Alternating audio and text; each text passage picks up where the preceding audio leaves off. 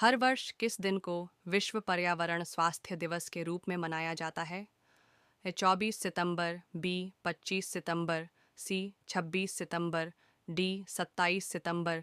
सही उत्तर सी 26 सितंबर। नोट: विश्व पर्यावरण स्वास्थ्य दिवस हर साल 26 सितंबर को स्वस्थ पर्यावरण और मानव कल्याण के बीच संबंध को उजागर करने के लिए मनाया जाता है। 2011 में अंतर्राष्ट्रीय पर्यावरण स्वास्थ्य महासंघ (IFIH) द्वारा शुरू किया गया यह दिवस पर्यावरण संरक्षण की आवश्यकता पर जोर देता है।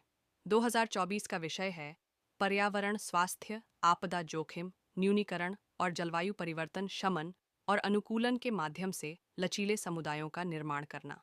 यह विषय सुरक्षित समुदाय बनाने के लिए प्रदूषण, अपशिष्ट प्रबंधन और स्वच्छता को संबोधित करने पर केंद्रित है। इसका लक्ष्य सार्वजनिक स्वास्थ्य और पर्यावरणीय स्थिरता को बढ़ाने के लिए जलवायु प्रभावों के खिलाफ लचीलापन बढ़ाना है।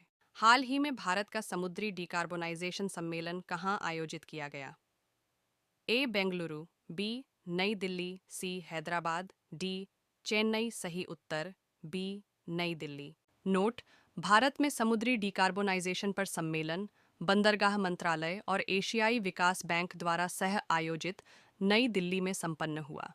इसमें हरित शिपिंग और टिकाऊ बंदरगाह संचालन के महत्व पर जोर दिया गया।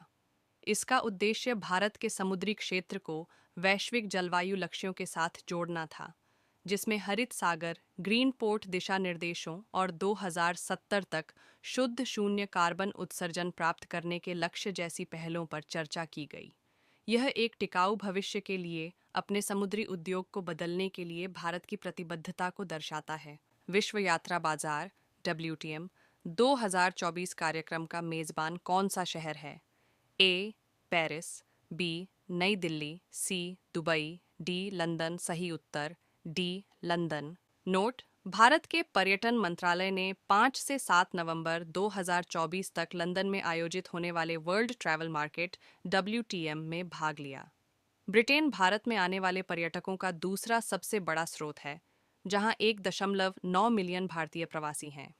WTM में भारत का पैवेलियन भारत की विविध पर्यटन पेशकशों को प्रदर्शित करता है, जिसमें एमाइस, महाकुंभ और विवाह पर्यटन शामिल हैं, जिसमें एक विशेष भारतीय विवाह थीम वाला सेटअप है।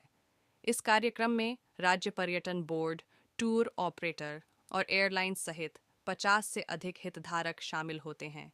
चलो, इंडिया पहल प्रवासी भारतीयों को भारत को बढ़ावा देने के लिए प्रोत्साहित करती है, जिसमें निःशुल्क पर्यटक वीज़ा जैसे प्रोत्साहन दिए जाते हैं। हाल ही में आगंतुकों के अनुभव को बेहतर बनाने के लिए अतुल्य भारत कंटेंट हब और डिजिटल पोर्टल लॉन्च किया गया। Bharat G20 Goa road map के अनुरूप सतत पर्यटन विकास पर ध्यान केंद्रित करता है। किस संस्थान ने पैकेजिंग में प्लास्टिक कचरे से निपटने के लिए नया बायोडिग्रेडेबल फोम विकसित किया है? ए भारतीय प्रौद्योगिकी संस्थान (IIT), दिल्ली, बी भारतीय विज्ञान संस्थान (IISc), बेंगलुरु, सी राष्ट्रीय रासायनिक प्रयोगशाला पुणे, डी भारतीय प्रौद्योगिकी संस्थान (IIT), बॉम्बे। सही उत्तर बी भारतीय विज्ञान संस्थान (IISc), बेंगलुरु। नोट: भारतीय विज्ञान संस्थान (IISc) के शोधकर्ताओं ने बायोडिग्रेडेबल फोम विकसित किया है, जो पैकेजिंग में क्रांति ला सकता है और पर्यावरण संबंधी मुद्दों का समाधान कर सकता है। FDA द्वारा स्वीकृत बायो आधारित एपॉक्सी रेजिन और चाय की पत्ती से बने हार्डनर से बना यह बायोफोम FMCG पैकेजिंग में इस्तेमाल होने वाले प्लास्टिक फोम का एक स्थायी विकल्प प्रदान करता है। यह विस्तारित पॉलीस्टाइनिन, EPS और पॉलीयूरेथेन फोम के लिए एक पर्यावरण के अनुकूल प्रतिस्थापन है। फोम की संरचना इसे बिना ताकत खोए पूर्ण, संसाधित या भंग करने की अनुमति देती है और 80 डिग्री सेल्सियस पर पर्यावरण के अनुकूल सॉल्वेंट्स में 3 घंटे के भीतर विघटित हो सकती है। लैंडफिल के लिए सुरक्षित, यह भूजल संदूषण को रोकता है। $7.9 अरब के बाजार के साथ यह नवाचार प्लास्टिक फोम पैकेजिंग में कम रिसाइकलिंग दरों को लक्षित करता है। सेनाटोरा, एक आक्रामक पौधे की प्रजाति, हाल ही में किस टाइगर रिजर्व में उभरी है?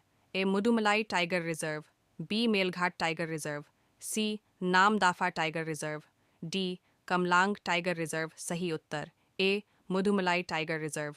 नोट: तमिलनाडु वन विभाग मुदुमलाई टाइगर रिजर्व (MTR) में एक नई आक्रामक पौधे की प्रजाति सेन्नातोरा को हटाने के लिए काम कर रहा है।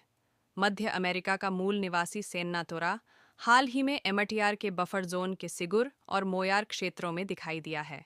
अधिकारियों को चिंता है कि यह पौधा फैल सकता है, जिससे एमटीआर के खुले घास के मैदानों को खतरा हो सकता है, जो हाथियों, हिरणों और भारतीय गौर जैसे स्थानीय वन्य जीवों के लिए महत्वपूर्ण हैं। पौधे की चक्रीय प्रकृति और शुष्क क्षेत्रों के लिए वरीयता प्रबंधन प्रयासों को जटिल बनाती है, क्योंकि यह पहले से ही अन्य आक्रामक वनस्पतियों का सामना कर रहे नाजुक पारिस्थितिकी तंत्र को काफी हद तक बाधित कर सकता है। हाल ही में चीन ने चांके मेगापोर्ट का अनावरण कहाँ किया है?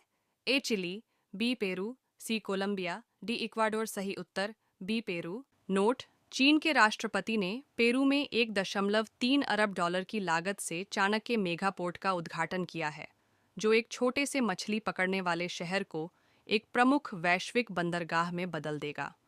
चीन की कॉस्को शिपिंग कंपनी के स्वामित्व वाला यह बंदरगाह पेरू के तटीय रेगिस्तान में स्थित है। चाणक्य एक सुदूर क्षेत्र है जहां कई लोगों के पास बहते पानी जैसी बुनियादी सुविधाएं नहीं हैं। इसे एक गहरे पानी के बंदरगाह के रूप में विकसित किया जा रहा है। इस मेगापोर्ट का उद्देश्य दक्षिण अमेरिका के संसाधनों में चीन की बढ़ती रुचि का लाभ उठाना है, जिससे इस क्षेत्र को एशियाई बाजारों के साथ और अधिक निकटता से जोड़ा जा सके। मालवा नहर परियोजना किस राज्य से संबंधित है? ए बिहार, बी उत्तर प्रदेश, सी पंजाब, डी राजस्थान सही उत्तर सी पंजाब। बोर्डोइबाम बिलमुख पक्षी अभयारण्य किस राज्य में स्थित है? ए असम, बी नागालैंड, सी मणिपुर, डी मिजोरम सही उत्तर ए असम। किस देश ने दिसंबर 2024 में मारबर्ग वायरस रोग एमवीडी के प्रकोप की समाप्ति की घोषणा की? ए तंजानिया, बी रवांडा, सी अल्जीरिया, डी युगांडा सही उत्तर बी रवांडा। नोट: पंजाब में मालवा नहर परियोजना के लिए 150 किलोमीटर की लंबाई में लगभग 1,30,000 पेड़ पौधों को काटना पड़ेगा। यह स्वतंत्रता के बाद पंजाब की पहली बड़ी सिंचाई और जल प्रबंधन परियोजना है, जिसकी अनुमानित लागत 2,300 करोड़ है। यह नहर फिरोजपुर में सतलुज नदी पर हरिके हेडवर्क्स से निकलेगी और हरियाणा की सीमा के पास मुक्तसर के वारिंग खेड़ा गांव में समाप्त होगी। यह सरहिंद और राजस्थान फीडर नहरों के समानांतर चलेगी, जिसमें 2,000 क्यूसेक पानी होगा। स्वस्थ जीवन को बढ़ावा देने और कुपोषण से निपटने के लिए वीर बाल दिवस पर सरकार द्वारा शुरू की गई पहल का नाम क्या है? ए फिट इंडिया अभियान, बी सुपोषित ग्राम पंचायत अभियान, सी बाल विकास अभियान, डी उपरोक्त में से कोई नहीं सही उत्तर बी सुपोषित ग्राम पंचायत अभियान। नोट: असम में बोर्दोइबाम बिलमुख पक्षी अभयारण्य में 27 वर्षों में पक्षियों की प्रजातियों में 72% की गिरावट देखी गई है। यह गिरावट मछली पकड़ने, अवैध शिकार, अंडे एकत्र करने और भूमि उपयोग में बदलाव जैसी मानवीय गतिविधियों से जुड़ी है। बोर्दोइबाम बिलमुख पक्षी अभयारण्य असम में 11.25 वर्ग किलोमीटर में फैली एक मीठे पानी की झील है, जो ढेमाजी और लखीमपुर जिलों के बीच स्थित है। अभयारण्य में 2000 मिलीमीटर औसत वार्षिक वर्षा के साथ एक नम उष्णकटिबंधीय जलवायु का अनुभव होता है। इसकी वनस्पति में बाढ़ वाली घाटी, घास के मैदान और आर्द्र भूमि पारिस्थितिकी तंत्र का प्रभुत्व है। स्वस्थ जीवन को बढ़ावा देने और कुपोषण से निपटने के लिए वीर बाल दिवस पर सरकार द्वारा शुरू की गई पहल का नाम क्या है?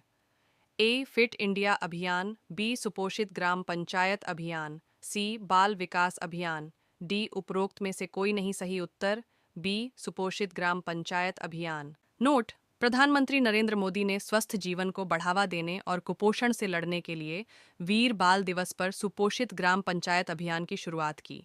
ये पहल पोषण संबंधी सेवाओं को बढ़ाने के लिए ग्राम पंचायतों और आंगनवाड़ियों के बीच स्वस्थ प्रतिस्पर्धा को बढ़ावा देती है। कुल 1,000 ग्राम पंचायतों को 1 लाख रुपए मिलेंगे, जिसका एक हिस्सा बेहतर पोषण के लिए आंगनवाड़ियों को सहायता प्रदान करेगा।